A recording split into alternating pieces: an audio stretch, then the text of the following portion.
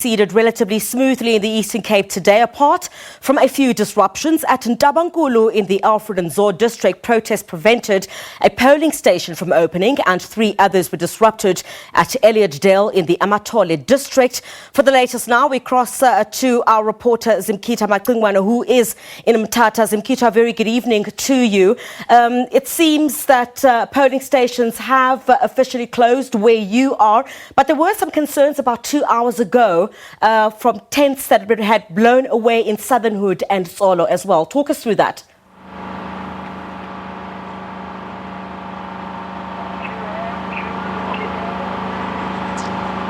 Well, it's after 9 o'clock and all South African voting stations that started opening after 7 this morning should be officially closed, like the one that's behind us where we're coming to you live from KSD Hall, where more than 4,000 people were registered to vote here.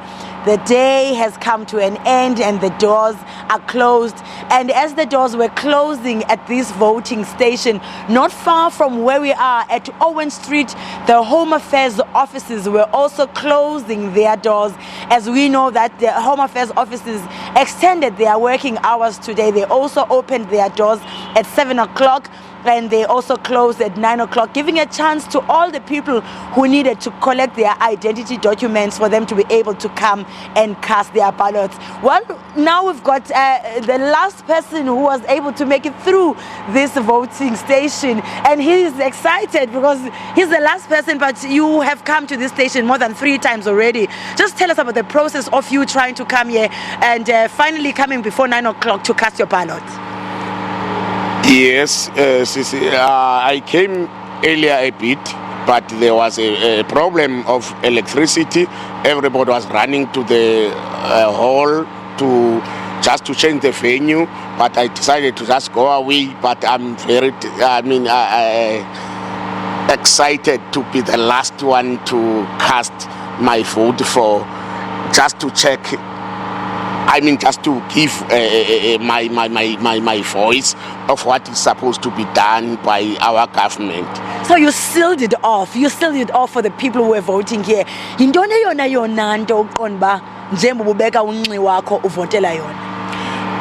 Yes, I just wanted to give the whoever is going to win a chance to accelerate what we call it, the service delivery in terms of especially in our rural part of our. What are some of those services that you want to be sped up?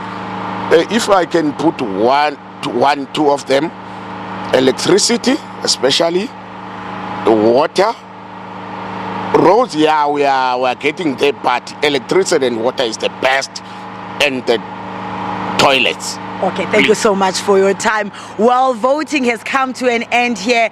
We can say in the rural part of the Eastern Cape, voting was peaceful except for isolated incidents. And we know that in Ntabankulu, one voting station did not open at all today due to the community demanding that services must be brought to that area. So they did not participate in voting today. Also at Elliotdale, there were disruptions in 3 voting stations where communities were protesting, saying that they're also demanding roads, water, and other important infrastructure like bridges to various schools in that area. They are saying that they are not going to vote because they have been voting for the past 25 years and nothing has been done. So now the process has come to an end.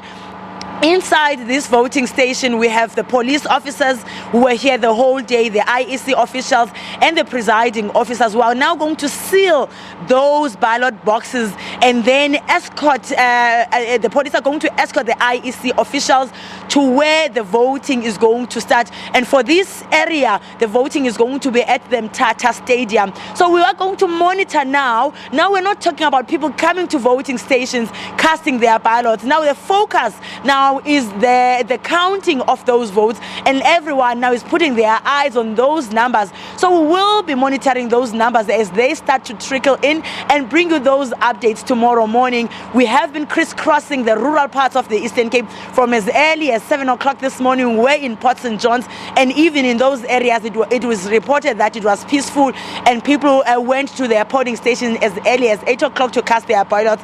And now we're expecting things to be shut down, and then those ballot papers and boxes to be collected to those areas for counting. Zimkitha Macingwane there, crossing to us live from Mthatha. Of course, you'd recall that particular area was a hive of protest activity in the run-up to this election. Of course, we'll all be keeping track of the numbers that will slowly start trickling in once the counting, of course, gets underway, which is expected, of course, to be getting underway any minute now.